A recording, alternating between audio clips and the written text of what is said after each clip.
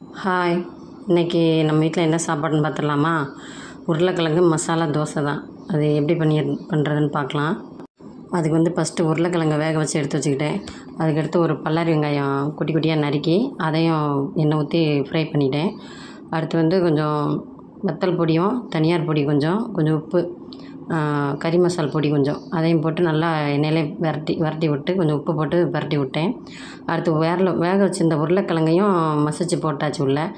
அடுத்து தோசை ஊற்றிட்டு அதில் நல்லா மசாலா ஃபுல்லாக ராவி விட்டுட்டு உருளைக்கிழங்கு அந்த மசாலா எடுத்து ராவி விட்டு தோசை ஃபுல்லாக படுற மாதிரி ராவி விட்டு எண்ணெய் ஊற்றி எடுத்து வச்சுட்டு அதுக்கு தேங்காய் சட்னி தக்காளி சட்னி ரெடி பண்ணியிருந்தால் சூப்பராக இருந்துச்சு ஃப்ரெண்ட்ஸ்.